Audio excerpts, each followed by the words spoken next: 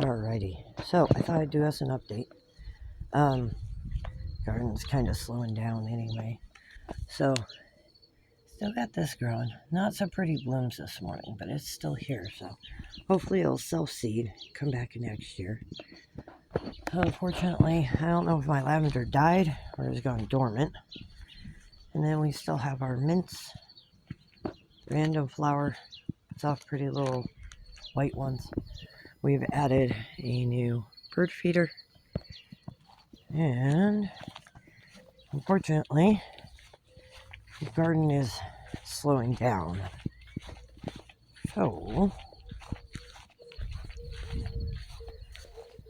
pumpkin patch, not nearly as full as it was last time. You can see it's starting to die back. Got one pumpkin. I brought 3 in yet last weekend as well. And then there are 2 more still over here. I'm pretty sure that's the end of the harvest. I'm not seeing any new starts, even though we do have some blooms. I don't think we'll be getting more. And then, unfortunately, this side is pretty much done too. Still got cabbage trying to grow, though I don't know why it is. It's pretty stripped.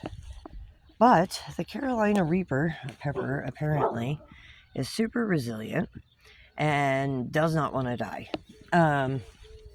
Anything else, the Anaheims, the Ghost, or the Serenos, none of which did very well. This didn't do. So we'll try again next year. I doubt this will fruit, but we'll see. Running out of time. And then we might get a cantaloupe. These came up really late this year, so I'm not really holding off a lot of hope. We've since stopped watering the potatoes. They're dying off. Not yet ready to be pulled, but they're getting there. We have one lowly strawberry. No yield this year, unfortunately, but that's okay. Try again next year and get moved to an asparagus patch. I just haven't decided where that's going yet. And for those of us who are watching for Sir Ezekiel, here's the Zeke bean in the pen saying hi. Say hi. Alright, and today's big story. Look at those tomatoes. Lots and lots of tomatoes. And I basically have a tomato tree here. This thing is ridiculously large. We are getting off some cucumbers. Still, unfortunately, it looks like Sienna's lemon cucumbers have not yet produced anything, but they are flowering, so we'll see. And this is the excitement. Last year, we could not, for our lives, get this to go and turn. Last year, not a single tomato actually blushed on the vine. Not one of them. I had to pick them and let them self-ripen. So I'm really happy that these are going. I'm really happy to see that we have some dill, though I don't think I'm going to get any pickling done this year, though we have some beautiful bulbous cucumbers on the vine. I'd say that's my best producing vine right now. And we have some more tomatoes. Unfortunately, if you look at this one, I think it's got some disease. It doesn't look good. Dropped a lot of its blooms. But it is what it is. And then, of course, more tomatoes. Lots and lots and lots. Apparently, if you're patient enough, the V55s will go on their own, but this guy has been so stunted, I'm actually surprised it's even flowering. But it's flowering, so we'll see. Maybe we'll get some flowers off of it, and we'll see what our winter or late season looks like. Pickling cucumbers, pretty decent on the blooms. I've pulled 2 whole cucumbers out of this. Luckily, we had such a good crop last year. I'm not too worried about not having any pickles or anything like that. I think we'll be fine. I should probably consider trellising this, though, and maybe getting this moved up. And then, carrot, Still not showing itself, so I have no idea. We do have some sprouting coming up, so we might actually end up with a few more carrots now. It's just the temperatures are starting to change. I don't know that we're going to be getting a lot of heat. Again, the corn's done. Let me see if I can find an example of what's been happening with my corn. I think I might have pulled all the husks off. But basically, they started off really good, but by the end of it, they're coming up doing really weird things. Really big kernels in some spots, none in others at all. So I did go back and pull most of them. And really, we're just letting it dry out. Once the rest of the plants in this bed are done, I think this will be my garlic bed. We're going to try some hardneck and softneck in here this year. Now, last year my zucchini was not doing this well at this time of year. Pest pressure, yes. Bumblebee bee. And we have a few zucchini in here. But as you see, we're starting to get that pest pressure again in here as well. But we're still producing. Last year, we weren't doing this well, so I am pretty happy. And finally, we have Cosmos. Oh, and they smell delicious, by the way. A little late, I think, but then again, we didn't have a good seed starting for flowers this year either. And entering the main garden. Don't mind the weed bucket. We pull buckets and buckets and buckets because weeds are terrible here. But we have broccoli. Pest pressure still, lots of little worms. But it's growing. I think we're kind of catching up on it. We're pulling them every day using the jar of death, which if anybody does not watch Lunatic Homesteaders or Farmers, basically it's a jar with water and you put the pest in it as you pick it off. Works. But I found yesterday while cleaning broccoli. So we did not even get the broccoli to grow last season at all. So I'm excited that we have at least something coming in. We'll see if it lives. As per usual, the sage is doing absolutely wonderful.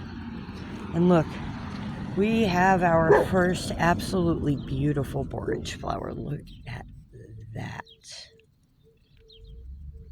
I'm really happy to see the borage. I'm hoping it comes in next year again.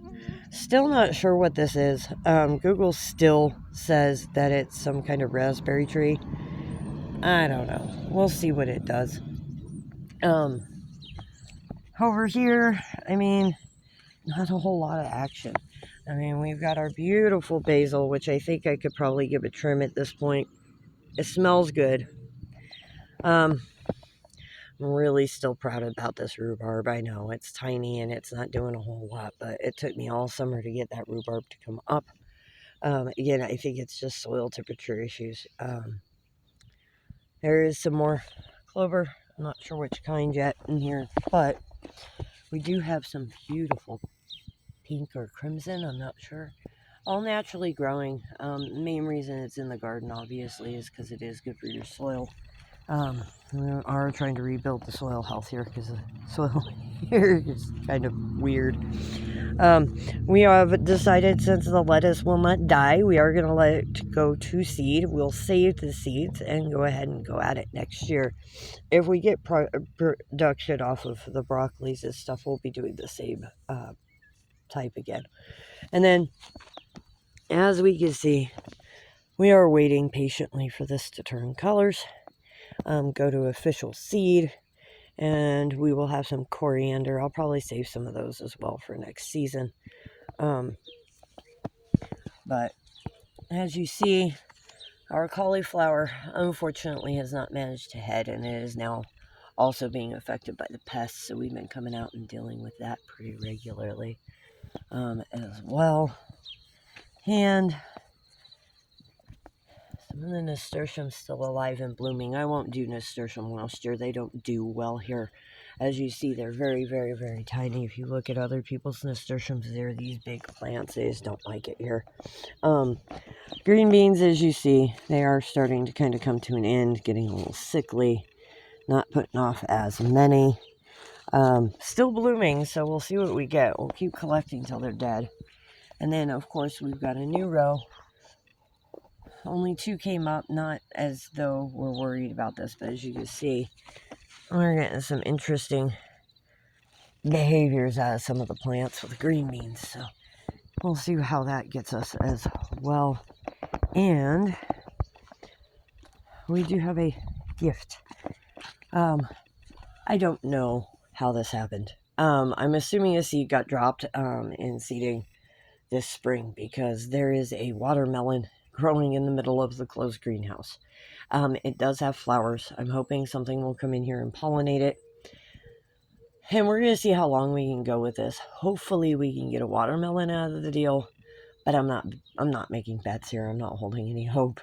I'm surprised it was growing in here. Realistically, we hadn't been keeping the door or anything open. We weren't watering in here. I kind of expect everything to just croak over and die, but instead, I come in and find a rather large watermelon. So I have weeded in here a little bit, left the grass for moisture, and we're just letting it kind of take over the greenhouse, see what it does. Next year, I'm going to do beds on either side of the door, right in the ground, running the length of the greenhouse. I just think that the soil is getting too hot in these raised up planters and stuff for the seeds and the plants. Whereas the ground soil is not getting as heated up by the sun in the greenhouse. I think that's why this particular plant is doing so well. I think that's what made it come up, honestly, but we'll see. So we'll keep you posted on that. And then a couple of yay things here. So, as you see, I have pallets everywhere. Pallets. So, some of these pallets are actually going to get built into today, hopefully, finally, my composter. We're going to put it here. There's a big concrete slab that used to be the driveway here. So we're going to clean this up real nice and pretty. We're going to put a 3-bay composter over here along our property line. And then we did do some work on the front trees, trim them off. So don't mind all of my pallets. So we took this off the tree at the front. It was hanging over pretty badly. So some of this here, like these pieces, I've set aside. I'm going to set out this fall when we set up our asparagus bed. I'll probably do that about the time that I do the garlic and let that winter over. We're going to use this to break up a bed for them. Now I haven't decided where in here I'll put them. I'm thinking, because of the sun and just the way things grow, I might elect to put them over here. This is by the kitchen. If you've been in the house, there's a pantry and stuff in here. So what I'm thinking about doing is having that bed put in right here, the asparagus and the asparagus, and then also the strawberries. And we won't be doing any digging, because if I put it over here, it's kind of in a bad spot. I may also choose to just work it over here. The reason is this is sewage access pipes. So I don't know that we're going to do that yet. But we did want to come back around and show what we did here. So this limb right here was actually hanging over the house. So we took that down today, or yesterday, which is where all of that is coming from. And then that's about it. Hopefully we enjoyed. Definitely excited about those tomatoes coming in like they have. And definitely kind of excited for the end of the season. We got 7 jars of mango blueberry jam. Delicious, by the way. And then what else did I can? Oh, we got a ton of salsa. Really good too. I'm pleased with it. I used the Ball Home Preserving. I think that it was I want to say it was like the garden vegetable salsa or something. We don't like the apple cider vinegar, so we use that one. Everybody's pretty happy, but I thought I'd end the video with blushing tomatoes. I know that these are not the most beautiful example of tomatoes, but they're the ones who blushed. So I thought I'd share those, and hopefully I'm excited for this one to blush. That is off of the Cherokee Purple. That thing is huge. Not saying that these are not huge, because they are. But that is a monster, and so are these. So, I will definitely make sure I do another video when we start pulling these. I haven't really been doing any canning videos.